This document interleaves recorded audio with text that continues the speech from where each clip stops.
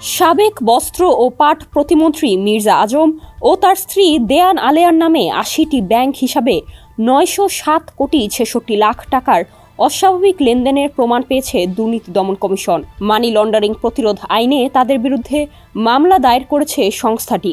দুদকের উপপরিচালক মোহাম্মদ সালাউদ্দিন এবং সহকারী পরিচালক মোহাম্মদ ফেরদৌস রহমান পৃথক দুটি মামলার বাদী হয়ে এ মামলা দায়ের করেন। জানা যায়, মির্জা আজমের নিজ নামে ও তার স্বার্থ সংশ্লিষ্ট বিভিন্ন প্রতিষ্ঠানের নামে বিভিন্ন ব্যাংক পরিচালিত ২৪টি ব্যাংক হিসাবে চলতি বছরের অক্টোবর পর্যন্ত মোট ৩৯০ কোটি ৮১ লাখ ৬৯ হাজার ৩৭৯ টাকা জমা হওয়ার সন্দেহভাজন তথ্য পাওয়া যায়, যার মধ্যে ৩৮৯ কোটি ৭১ লাখ ৫৭ হাজার ৪৬৬ টাকা তুলে ফেলেছেন।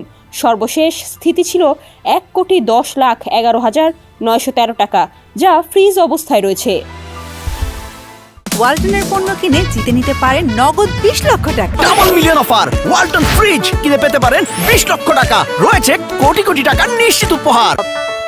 এছাড়া আসামি মির্জা আজম তার নিজ নামে ও তার স্বার্থ সংশ্লিষ্ট বিভিন্ন কোম্পানি অথবা প্রতিষ্ঠানের নামে বিভিন্ন ব্যাংক থেকে ১৩টি ব্যাংক হিসাবের মাধ্যমে ঋণ উত্তোলন করেছেন। ১৩টি ব্যাংক হিসাবে অক্টোবর পর্যন্ত তিনি ২৯৯ কোটি ২৮ লাখ ৭৯ হাজার ৪৮৫ টাকা উত্তোলন করেছেন এবং ৩০০ কোটি ৩৭ লাখ ৭৯ হাজার ৮৫৪ টাকা জমা দিয়েছেন বলে দুদকের অনুসন্ধানে প্রমাণ পাওয়া গেছে। অন্যদিকে মির্জা আজম ও তার স্ত্রী দেওয়ান আলেয়ার নামে বিভিন্ন ব্যাংকে ২৩টি হিসাবের বিপরীতে এফডিআর হিসেবে ৭০ কোটি ৪০ লাখ ৪৯ হাজার ৭৬৫ টাকা পাওয়া গেছে। এছাড়া মির্জা আজমের প্রভাব খাটিয়ে নিজ ও তার স্বার্থ সংশ্লিষ্ট বিভিন্ন প্রতিষ্ঠানের নামে বিভিন্ন ব্যাংকের ২০টি হিসাবে অক্টোবর পর্যন্ত মোট ১৮১ কোটি ৯৫ লাখ ৬২ হাজার টাকা অস্বাভাবিক লেনদেনের তথ্য প্রমাণ পাওয়া গেছে।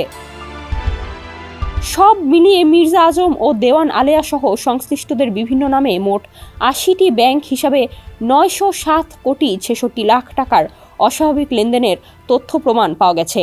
আর ওই লেনদেন অস্বাভাবিক বলে প্রমাণিত হয়েছে।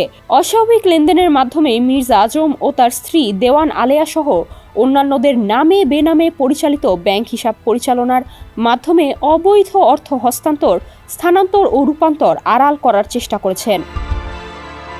ডেস্ক রিপোর্ট, সমকাল।